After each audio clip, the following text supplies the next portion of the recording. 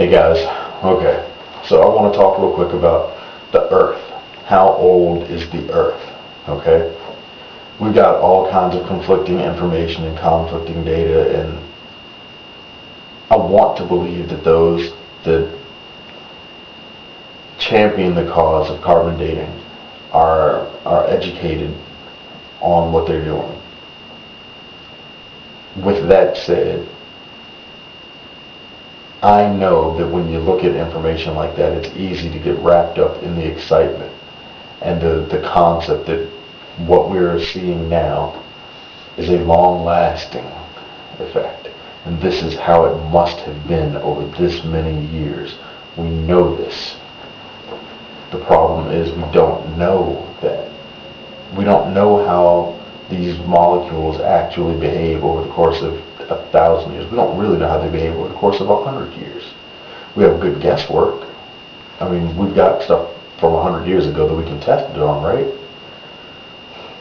That doesn't mean that's the answer, though.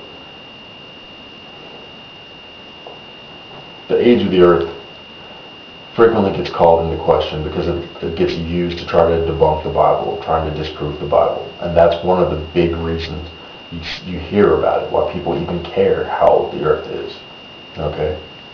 Because if you can prove that the Earth is older than, 6,000 years, then you can pretty much prove that the Bible is wrong in one of the first things it says. Well, that might be true. I'm going to go a different route, though, and I'm going to say that the Bible is still written by people, even if supposedly inspired by God. It is still written by people. And the importance of that distinction is that if God did not write it by His own hand, okay, that means what you are reading is still the word of a man that has put it on paper. No matter what people tell you, no matter what people want to believe in terms of what the Bible is, that is still the case. Okay, it is still the words of a human put onto a piece of paper, or papyrus, or linen, or whatever material they wanted to use at that particular time. The reason why this is important is because humans don't express ourselves the same way chimpanzees do, or fish do, or deer, or sharks. Okay? Humans rely on some forms of exaggeration in their narratives. Sometimes we use figures of speech that don't even translate to somebody outside of our own local community. I could use a phrase that goes something along the lines of, that's about as useful as ears on a rainbow. And large numbers of people out there have never heard that expression before, but where I'm from, it's not too uncommon. The reason that this matters is because if somebody else from far away was to get their hands on that comment and then try to translate it from English into whatever other language they spoke, would the context carry over? And if the context didn't carry over correctly, how easy would it be for the message to be misconstrued, even if just a little bit? My statement in no way, shape, or form is intended to imply that there is a rainbow with ears on it. My statement, on the other hand, is intended to imply that something is useless. Rainbows have no use for ears, really. If they had a use for them, they'd probably have them, but I've never seen one. Not in nature, anyway. Maybe some kid drew one, but yeah. You get the point? When people talk about stuff in the Bible, it tickles me because people get hung up on so many of the wrong elements, and that's really what I'm going to call it, is the wrong elements.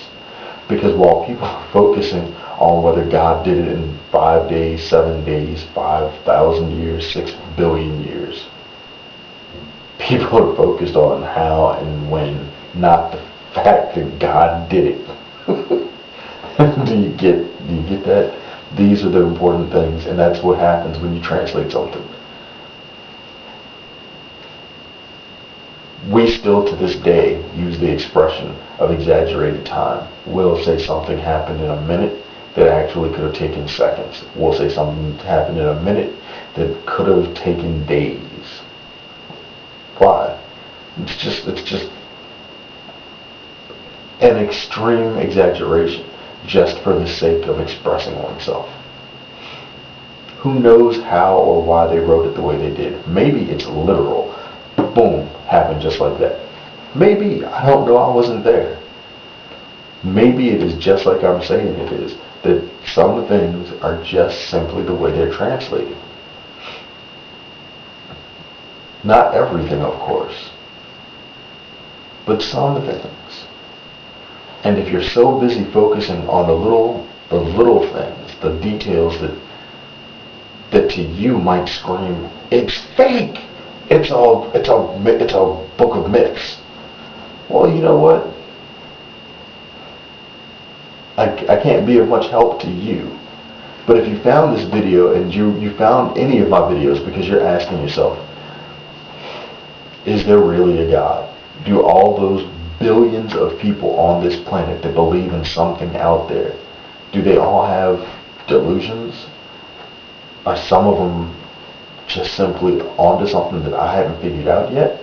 If you're questioning these things and you're looking for answers, I'm glad you're finding my videos, because I like to ask questions. I like to look for answers. Okay? How old is the earth?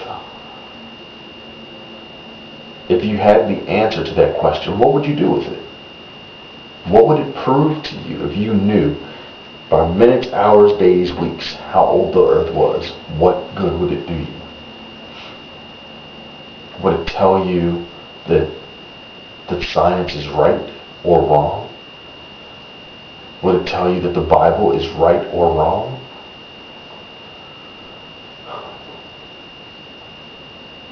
What would it do? What if you,